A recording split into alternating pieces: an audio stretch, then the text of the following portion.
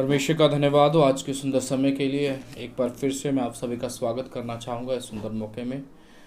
आइए परमेश्वर के वचन से बात करने से पहले अपनी आंखों को बंद करें, हम प्रार्थना करेंगे। प्रभु जी, तेरा धन्यवाद करते हैं सुंदर समय के लिए जब हम तेरे वचन में से कुछ खास बातों को सीखने जाते हैं। होने दे पिता, तेरे वचन की गहराई हमसे बात करने पाए, तेरे वचन के द्वारा हम आगे बढ़ने पाए। धन्यवाद हो प्रभु जी, तूने हमें ये अवसर दिया।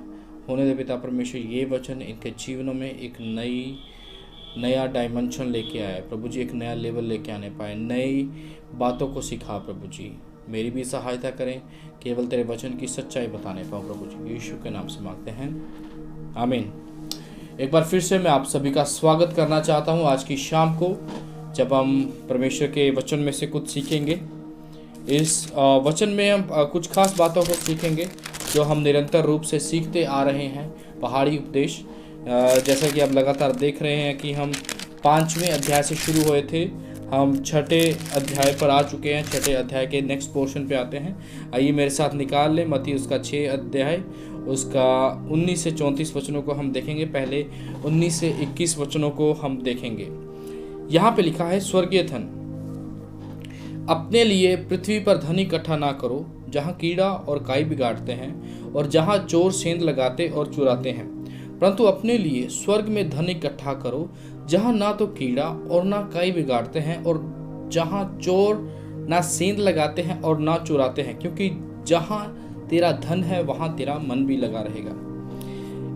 ये जो वचन है इनमें कुछ खास ध्यान देने वाली बातें हैं। एक बात आपको ध्यान देनी होगी, मत्ती रचित सुसमाचार उसका 6 अध्याय उसका 19 से 21 वचन, ये जो हिस्सा है ये पहाड़ी उपदेशों का हिस्सा है। यीशु मसीह पैसे के बारे में क्या कह रहा है। पहले मैं आपके कुछ फॉल्स जो मिथ हैं, बहुत बार हम जैसे ही पढ़ते हैं उसको एक्सप्लेन करना शुरू कर देते हैं। वो आपके सामने में उन मिथ्स को मैं क्या बोलते हैं कि रिवील करना चाहूँगा, उनको मैं अनवेल करना चाहूँगा। मत्ती उसका 6 अध्याय उसका 19 से 21 वचनों को बताना चाहूँगा जो इसके झूठे दावे हैं, मतलब पढ़ते अनुसार ही हम उसको एक्सप्लेन कर देते हैं। सबसे पहली बात, इसका मतलब यह नहीं है कि यह अमीर को गरीब बनाना है। ध्यान से सुनिए, इसका मतलब यह नहीं है कि अमीर को गरीब बनाना है, और इसका मतलब यह भी नहीं है कि गरीब को अमीर बनाने से या अमीर बनने से रोकना है। इन वचनों का कुछ खास मतलब है। यीशु मसीह यहाँ पर इन वचनों के अनुसार किसी अमीर के खिलाफ नहीं है और ना ही पूरे का पूरा किसी गरीब की सपोर्ट में। यहाँ पर यीशु मसीह मन की डायरेक्शन को बदलने के लिए बता रहा है। इस बात को आपको समझना है। असल में है क्या वास्तविकता, इसका मतलब यह है कि आपके मन की सिर्फ और सिर्फ दिशा बदलना। अब इन वचनों में ध्यान से देखिए कि पृथ्वी पर धन इकट्ठा ना करो जहाँ कीड़ा और काई बिगाड़ते हैं। यहाँ पर एक ऐसे धन के बारे में बात हो रही है जहाँ पर हम 24 घंटे एक सेल्फिश नेचर के साथ लगे रहते हैं और हमारी लालसा बढ़ती रहती है, ठीक है। और जब हम पृथ्वी पर होते हैं तो हम अपने मन से लगे रहते हैं। ध्यान दीजिए, मन का एक नेचर है, ये कभी भी नहीं बढ़ता। अगर आज हमारे पास 1 रुपया है तो हम चाहते हैं कि हमारे पास 2 हो जाए, धीरे धीरे वो बढ़ता जाए, ये कभी नहीं बढ़ता। लेकिन यहाँ पर यीशु मसीह क्या कह रहा है कि अपने मन की डायरेक्शन चेंज करनी है। 21 में देखिए, क्योंकि जहाँ तेरा धन है वहाँ तेरा मन भी लगा रहेगा। अब यहाँ पर यीशु मसीह इसके ऊपर वाले वचन में अपने मन को स्वर्ग में लगाने के लिए बोल रहा है, स्वर्ग में धन इकट्ठा करने के लिए बोल रहा है। जब हमारा धन स्वर्ग में इकट्ठा होगा तो हमारा मन भी वहाँ पे लगा रहेगा। अब हमने स्वर्ग में धन कैसा इकट्ठा करना है? हमने स्वर्ग में धन परमेश्वर के कामों को करते हुए करना है, परमेश्वर के साथ चलते हुए करना है। और जब हमारा धन वहाँ पे होगा और हमें पता होगा कि मैं मेहनत कर रहा हूँ, मेरा धन स्वर्ग में इकट्ठा हो रहा है, तो ऑटोमेटिकली हम अपने आप को पवित्रताई में बनाए रखेंगे। यहाँ पर एक बार फिर से कि आपको बताना चाहता हूँ, ये किसी अमीर को गरीब बनाने के लिए नहीं है और ना ही किसी गरीब को अमीर बनाने से रोका जा रहा है। यहाँ पर केवल और केवल वचन ये कह रहा है, अपने मन को सही रखो। बहुत बार क्या होता है कि हम अपने मन की सुनते हैं, लगातार निरंतर रूप से पैसा कमाने की रेस में लगे रहते हैं और कई बार हम नहीं उतना कमा पाते तो हम गलत ट्रैक पे चले जाते हैं। उस गलत ट्रैक पे जाने से रोक रहा है ये वचन। इसीलिए स्वर्ग की ओर ताकते रहे, स्वर्ग की ओर देखते रहें कि हमारा दर्शन है कि हम स्वर्ग में धन इकट्ठा करें, स्वर्ग की ओर बढ़े। ये परमेश्वर का वचन है। नेक्स्ट पोर्शन हम देखते हैं, शरीर की ज्योति। शरीर का दिया आंख है, इसलिए यदि तेरी आंख निर्मल हो तो तेरा सारा शरीर भी उजियाला होगा, परंतु यदि तेरी आंख बुरी हो तो तेरा सारा शरीर भी अंधियारा होगा। इस कारण वह उजियाला जो तुझ में है यदि अंधकार हो तो वह अंधकार कैसा बड़ा होगा। इन वचनों के अंदर यदि आप देखें तो यीशु मसीह आंख के बारे में बात कर रहा है। एक बार फिर से कुछ खास बातों का आपको रिवील करना चाहूँगा। इस वचन का मतलब यह नहीं कि अपनी आंखें बंद करनी है, इसका मतलब है कि देखना है, लेकिन सही चीज़ देखनी है, सही तरीके से देखना है। एक बात आपको समझाना चाहूँगा, हमारी आंख दो तरीके से गंदी होती है। नंबर एक, हम क्या देखते हैं, एक उससे, और नंबर दो, हम किसकी और कैसे देखते हैं।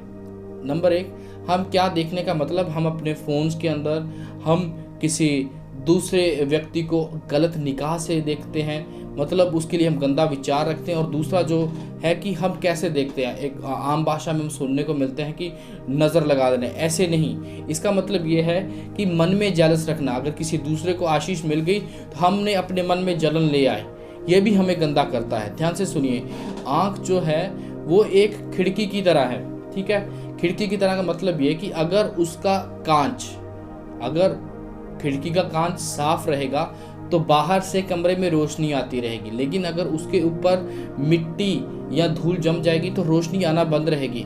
खिड़की कहीं नहीं गई, खिड़की वहीं है, लेकिन उस पर धूल जमी हुई है, अंदर कुछ नहीं आ रहा। उसी प्रकार हमारी आंख भी है। हमारी आंख पर कोशिश करें गंदगी ना जमने दें, कहीं ऐसा ना हो कि रोशनी आनी बंद हो जाए, ठीक है। सही रोशनी को अंदर आने दें, गंदगी को अंदर ना आने दें, क्योंकि जब गंदगी अंदर आएगी तो जो रोशनी होगी उसे रोक देगी अंदर आने में, और तब वहीं से हमारा पता चलता है हम क्या करते हैं। इस बात को हमेशा ध्यान रखें कि जो परमेश्वर का वचन ये कह रहा है कि अपनी आंख को निर्मल, यहाँ पे लिखा है तेरी आंख निर्मल हो। यदि इसका ग्रीक के डीप वर्ड में पढ़ेंगे तो वहाँ पे निर्मल का अर्थ है क्लियर, और क्लियर का मतलब नाइदर लेफ्ट नॉर राइट, मतलब एक विजन के साथ, एक दर्शन के साथ परमेश्वर की ओर चलते रहना।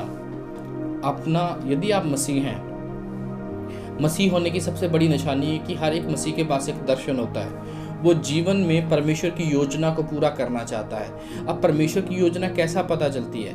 परमेश्वर की योजना पता कैसे पता चलती है? जब आप उसके साथ समय व्यतीत करते हैं, जब आप उसके साथ रिश्ता बना के रखते हैं, हर पल उसके साथ बढ़ते जाते हैं, ताकि आपकी योजना नहीं, परमेश्वर की योजना पूरी होने पाए। परंतु यदि तेरी आंख बुरी हो तो तेरा सारा शरीर भी, ध्यान से देखिए, हमारी आंख, हम जो मैक्सिमम काम करते हैं, हम अपने, आंख एक ऐसी चीज़ है जो हमें आगे का विजन सेट करने में हेल्प करती है, ठीक है।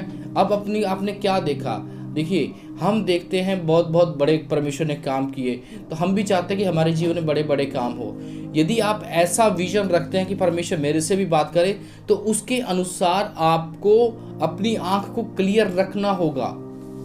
बी केयरफुल, आप क्या देखते हो। नंबर 2, आप किस चीज़ को कैसे देखते हो, ये चीज़ें बहुत मैटर करती हैं। आइए हम आगे वचन पढ़ते हैं, 24 से 34, इन वचनों को हम लगातार पढ़ेंगे। परमेश्वर और धन। कोई मनुष्य दो स्वामियों की सेवा नहीं कर सकता, क्योंकि वह एक से बैर और दूसरे से प्रेम रखेगा, या एक से मिला रहेगा और दूसरे को तुच्छ जानेगा। तुम परमेश्वर और धन दोनों की सेवा नहीं कर सकते।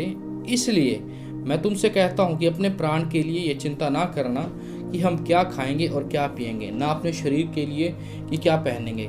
क्या भोजन से और शरीर वस्त्र से बढ़कर नहीं?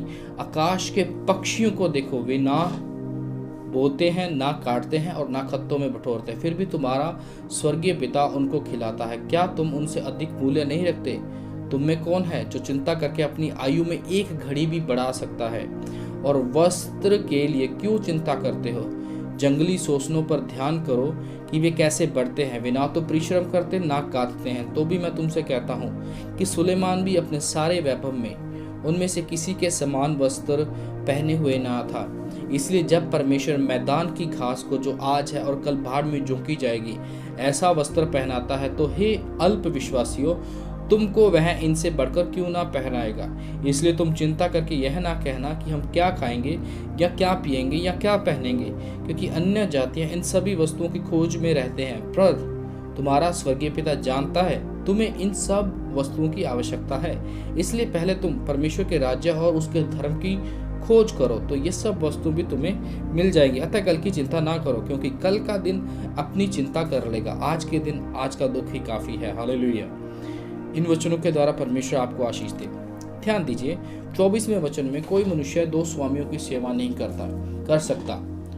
ठीक है, बहुत बार हम ट्राई करते हैं, हम सोचते हैं कि हम मैनेज कर ले परमेश्वर के साथ भी अपनी पाप वाली जिंदगी में, परंतु वैसा नहीं हो नहीं सकता। हम ट्राई करते हैं, कोशिश करते हैं वैसा करने की, लेकिन वैसा हो नहीं सकता। ये परमेश्वर का वचन है। यानी एक व्यक्ति दो मालिकों की सेवा नहीं कर सकता, यानी एक व्यक्ति परमेश्वर और पाप की सेवा नहीं कर सकता। ठीक है, इतनी ऐसे नहीं है हम। परमेश्वर ने हमें इस प्रकार का नहीं बनाया।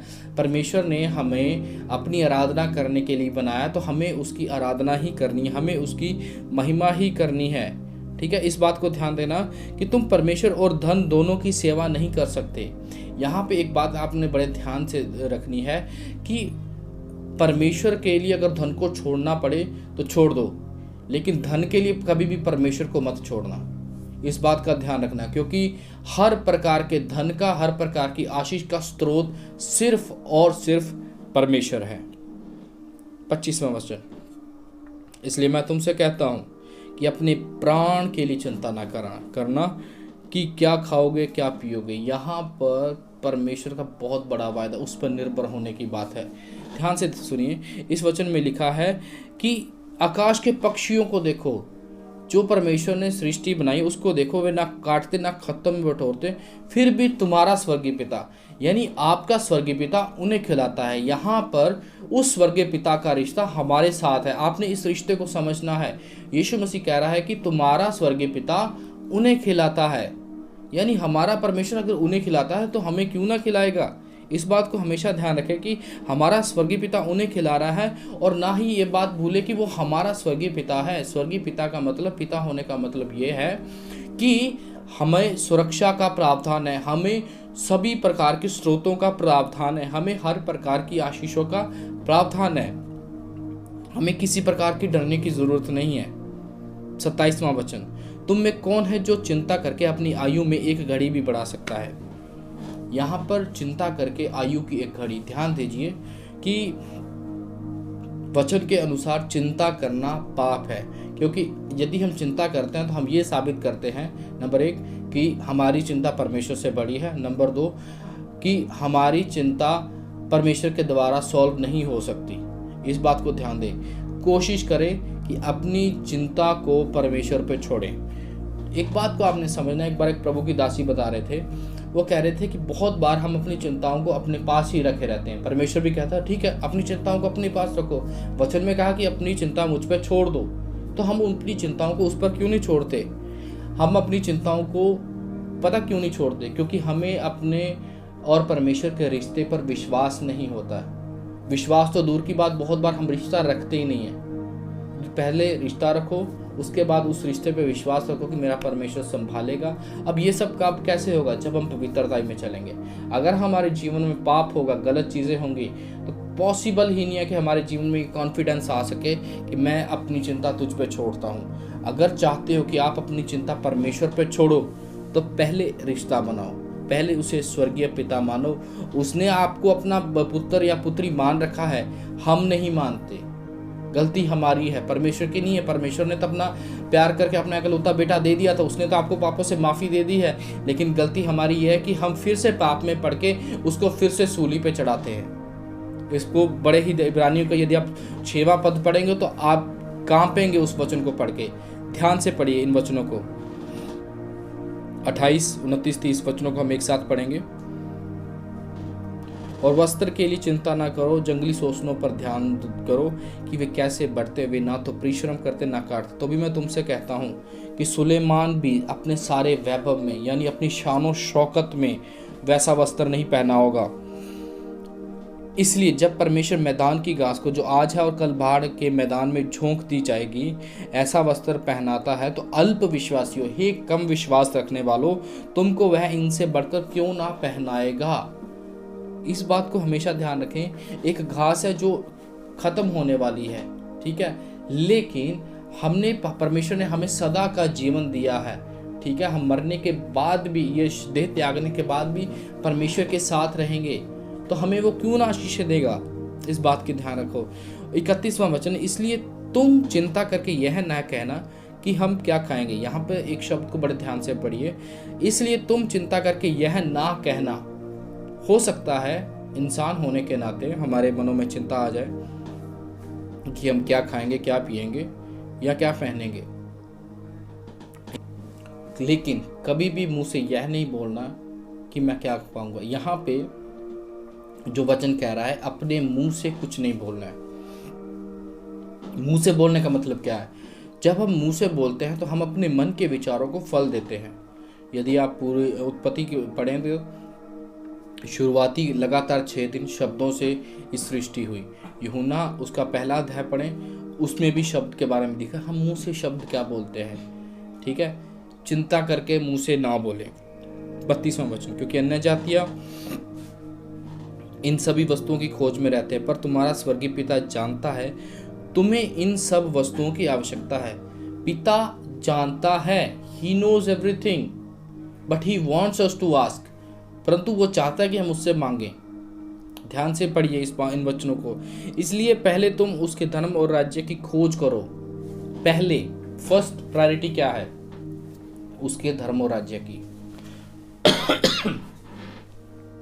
पहले उसके पीछे चलो, पहले परमेश्वर के पास आओ, ठीक है। पहले अपनी जरूरतें ना पूरी करवाओ, पहले उसके पास आओ, वो ऑटोमेटिक होगा। आशीषें देना, चंगाइयाँ देना, ये परमेश्वर का नेचर है। और जब आप इस बात को समझेंगे तो धीरे धीरे आप एक गवाही को खड़ा करते जाएंगे कि देखिए मैं परमेश्वर के साथ हूँ और परमेश्वर मेरा हर बात में साथ दे रहा है। एक बात हमेशा मैं बोलता हूँ, परमेश्वर आपको कभी भी लाचार नहीं बनाता है। परमेश्वर आपको बुद्धिमान और ताकतवर बनाता है कि आप अपनी परिस्थितियों से लड़ते हुए आगे बढ़ते जाओ। हालेलुया। 34वां वचन, कल की चिंता ना करो, क्योंकि कल का दिन अपनी चिंता कर लेगा। आज के दिन के लिए आज का दुख ही काफ़ी है। 34वां वचन आपको लापरवाह नहीं बनाता है, केयरलेस नहीं बनाता है। इसका मतलब यह नहीं है कि कोई कुछ नहीं करना, आराम से बैठ जाओ, कोई मेहनत नहीं करनी। इसका मतलब यह नहीं है। यहाँ पे कल की चिंता ना करने के लिए कहा है। यहाँ पे ये नहीं कहा कि कल के लिए मेहनत ना करो, ठीक है। चिंता मत करो, लगातार अपना हार्डवर्क करते रहो, दर्शन के साथ अपना 100% देते रहो, क्योंकि कल की चिंता अपने आप कर लेगा, ठीक है। वचन में लिखा है कि हमारे दिन भर की रोटी आज हमें दे। प्रार्थना अपने आज के दिन के हिसाब से करें, ठीक है। परमेश्वर अपने आप आज अपना संभालो, अपने बच्चों को आज संभालो, अपने आप को आज संभालो। आज पाप में तो आज छोड़ो, आपका फ्यूचर परमेश्वर देखेगा। इन वचनों के अनुसार आपने आगे बढ़ना। और आज के लिए आज का दुख ही बहुत है। बहुत सारी बातें ऐसी हैं जो हमें सुधारने की ज़रूरत है। इन बातों का हमेशा ध्यान रखें कि परमेश्वर के साथ चलते हुए इन यीशु की शिक्षाओं को मानना बहुत ज़रूरी है। सबसे पहले हम देखा स्वर्गीय धन, यानी अपनी मन की डायरेक्शन को सही करें, सही तरीके से पैसा कमाएं, गलत तरीके से ना कमाएं। अंडर द टेबल रिश्वत ना ले, ठीक है। किसी भी गलत तरीके से कोई चीज़ों को ना बेचें। यदि आप कुछ भी गलत करते हैं, झूठे बिल्स ना बनाएं, गलत तरीके से पैसा ना कमाएं। आपको पता है कि आप सही तरीके से और गलत तरीके से कैसा करते हैं। दूसरी बात, अपनी आँख को साफ रखें, ठीक है। तीसरी बात, अपना मालिक एक रखें, परमेश्वर को, ठीक है। आप पाप और परमेश्वर की सेवा नहीं कर सकते। और तीसरी बात, किसी बात की चिंता ना करें, वो आपको खिलाएगा। चौथी बात, चिंता के कारण अपने मुंह से नेगेटिव वर्ड्स ना बोलें, ठीक है। हमेशा परमेश्वर के वचनों को बोलें। और अगली बात, परमेश्वर के धर्म और राज्य की खोज करते रहो। यह एक कंटिन्यूअस प्रोसेस है, उसमें लगातार बढ़ते जाओ ताकि पृथ्वी की सारी चीज़ें तुम्हें मिल जाएं। मिलेंगी, पहले उसकी खोज करो, ठीक है। उसके साथ बने रहो। और आखिर में आज की चिंता करो, कल की चिंता ना करो। ध्यान से लिखा होता है, कल की चिंता ना करो, क्योंकि कल का दिन अपनी चिंता लेगा। आज के लिए आज का दिन बहुत, आज के लिए प्रार्थना करो। चिंता करने की कोई ज़रूरत नहीं है, आज के लिए प्रार्थना करो, ठीक है। आइए अपने लिए प्रार्थना करें। प्रभु जी एक बार फिर से तेरे चरणों के बीच में आते हैं, तेरे दास और तेरे दासियों के लिए जिन्होंने तेरे वचन को सुना, यीशु के नाम से we bless them O Lord. बहुतायत से आशीष और बरकत दे प्रभु जी, होने दे पिता परमेश्वर। हर एक व्यक्ति सुनने वाला तेरी ओर से आशीष पाए, तेरे वचन में पढ़े प्रभु जी। होने दे पिता, तेरे वचन के अनुसार ये करप्शन को छोड़े, सही तरीके से पैसा कमाए, अपनी आंख को साफ रखे, तुझे मालिक माने। और प्रभु जी हर बात में प्रभु जी तेरे धर्म राज्य की खोज करते हुए आज के लिए प्रार्थना करें, आज अपने आप को संभाले ताकि तू इनका फ्यूचर संभाले प्रभु जी। यीशु मसीह के नाम से मांगते हैं,